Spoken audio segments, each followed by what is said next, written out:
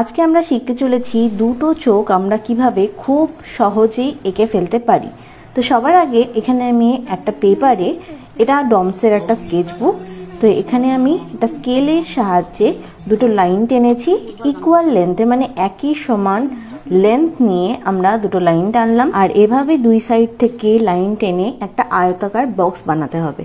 এবার সাইডে দেখো 1 সেন্টিমিটার করে আমি দুটো পয়েন্ট আউট করলাম এবং সেটাকে দুটো দিক থেকে জুড়ে দিলাম। তো এভাবে আমরা মাঝখান থেকেও কিন্তু দুটো পয়েন্ট আউট করব, সেখানে আমরা 3 সেন্টিমিটার করে করলাম, মানে এটাকে 3 ভাগ করতে হবে। এবার এটাকেও কিন্তু স্কেল দিয়ে আমি লাইনগুলোকে জুড়ে দিচ্ছি। তো তোমরা দেখতে পাচ্ছ এর ভেতরে কিন্তু প্রথম আর যেই লাস্ট বক্সটা রয়েছে সেখানে আমাদেরকে 4টে বক্স আঁকতে হবে ইকুয়াল লেন্থে। এবার দেখো তোমাদের বোঝার সুবিধার্থে আমি এখানে নাম্বারিং করে দিচ্ছি যাতে তোমরা ইজিলি বুঝতে পারো যে কটা বক্স তোমাদের এখানে আঁকতে হবে। এবার এখানে বক্স আঁকার পরে এবার দেখো আমি চোখ দুটোকে আঁকবো কিভাবে। ঠিক তোমরা কিন্তু পয়েন্টগুলো দেখবে কোন জায়গাটা দিয়ে আমি কোন বক্সের ভেতর দিয়ে লাইনগুলোকে আঁকলাম। এই লাইনগুলো মেইনলি টানার কারণ এই চোখের যে মেজারমেন্টটা সেটা যাতে ইকুয়াল হয়, মানে সেটা যাতে সমান হয়। অনেকের কি হয় একটা চোখ বড় হয়ে যায়, একটা চোখ ছোট হয়ে যায়। তো এইভাবে করলে কিন্তু ফার্স্ট লেভেলে, মানে যখন তোমরা স্টার্টিং পজিশনে আছো, মানে স্টার্টিংয়ে আছো, তখন তোমরা যদি এইভাবে প্র্যাকটিস করো তাহলে কিন্তু তোমাদের আইয়ের যে শেপটা সেটা কিন্তু নষ্ট হবে না আর দুটো ইকুয়াল হবে। আচ্ছা, তো এখানে আমি যেহেতু HB পেন্সিলটা ইউজ করেছিলাম, এটাকে আরেকটু ডার্ক দেখানোর জন্য এখানে আমি 10B পেন্সিল দিয়ে একটা বর্ডার ক্রিয়েট করে নিলাম, মানে যেই আউটলাইনটা আমি ড্র করেছি সেটাকে আরেকবার আমি ড্র করে নিলাম যাতে তোমাদের বুঝতে আরো সুবিধা হয়। তো চোখটা যখন আঁকছি আইব্রোজটাকে কেন এবার বাদ দেবো, তো আইব্রোজটাকে কিন্তু আমি এইভাবেই কিন্তু লাইন ওয়াইজ এঁকে নিলাম। এবার সবার ফার্স্টে যে কাজটা আমাদের করতে হবে, যেগুলো আমরা লাইন টেনেছিলাম মেজারমেন্টের জন্য, সেটাকে কিন্তু ইরেজ করে দিতে হবে। এবার সবার ফার্স্টে আমরা ইউজ করব HB পেন্সিল। এটা আমার কাছে নটরাজের HB পেন্সিল আছে, তো এটাই আমি ইউজ করছি। এবার একটা তুলোর সাহায্যে বা টিস্যু পেপারের সাহায্যে এভাবে ভালো মতো ব্লেন্ড করে নিতে হবে।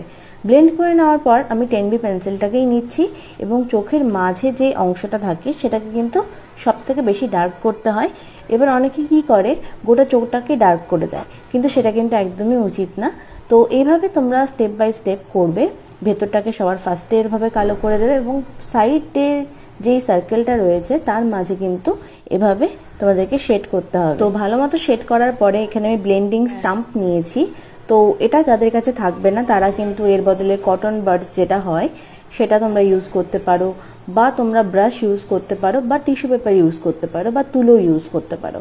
তো এইভাবে দেখো স্টেপ বাই স্টেপ কিন্তু আমরা ডার্ক করতে চলেছি চোখটাকে, এবং ধীরে ধীরে কিন্তু ডার্ক করবো, একবারে কিন্তু প্রেশার দিয়ে কখনোই আমরা ডার্ক করব না। ওকে, তো এবার দেখো তোমরা স্টেপ বাই স্টেপ বুঝতে পারবে যে আমি কিভাবে একটা পেন্সিল দিয়েই কিন্তু ওভারঅল চোখটাকে এঁকে ফেলবো।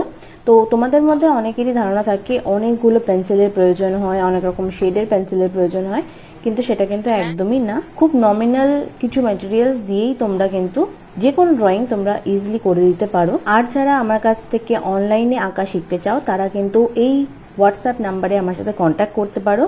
তো অনলাইনে যে স্কেচিং কোর্স আছে সেটাতে তোমরা জয়েন হতে পারো, সেটা ডিটেলস কিন্তু তোমরা আমাকে মেসেজ করলেই পেয়ে যাবে। আর যারা আমার কাছ থেকে অনলাইনে শিখতে পারবে না তারা এই ফ্রি ক্লাসগুলো অবশ্যই অ্যাটেন্ড করবে। এই ভিডিওটাকে বেশি বেশি করে শেয়ার করবে যাতে আরও মানুষের কাছে এই ভিডিও পৌঁছে যেতে পারে। তাহলে চলো আজকের মতো টাটা।